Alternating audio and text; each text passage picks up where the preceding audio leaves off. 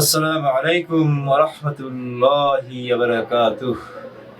সদ্য সম্মানিত শ্রোতাগণ, আমরা পূর্বের মতো আবারও পবিত্র কালাম থেকে কিছু ছোট্ট ছোট্ট সূরা আমরা শুনবো, তেলাওয়াত করব। এই তেলাওয়াত যিনি করবেন, যেই সওয়াব হবে, আমরা যারা শুনবো ঠিক অনুরূপ সওয়াব হবে। তাই আসুন আমরা সকলে পবিত্র কোরআনুল কারীমকে ভালোবেসে আন্তরিকতার সাথে নিজেরও কোরআন তেলাওয়াত করি এবং শুনি। আল্লাহ পাক আমাদের সকলকে এই পবিত্র কালাম থেকে শোনার, বুঝার এবং আমল করার তৌফিক দান করুন। আমরা সকলে বলি আমিন। আউযু বিল্লাহি মিনাশ শাইতানির রাজীম।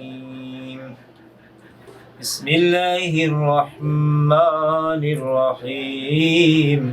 والتين والزيتون وطور سينين وهذا البلد الأمين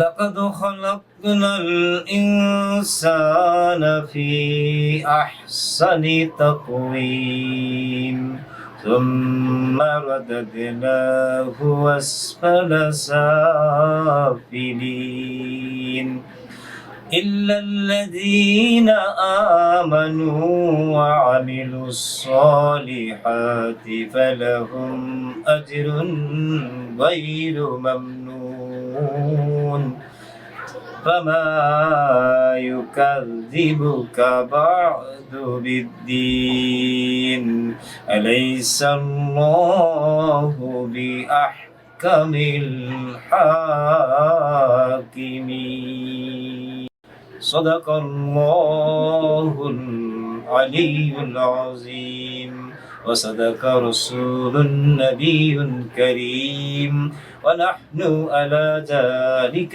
من الشاهدين ربنا تقبل منا إنك أنت السميع العليم وتب علينا إنك أنت التواب الرحيم آمين.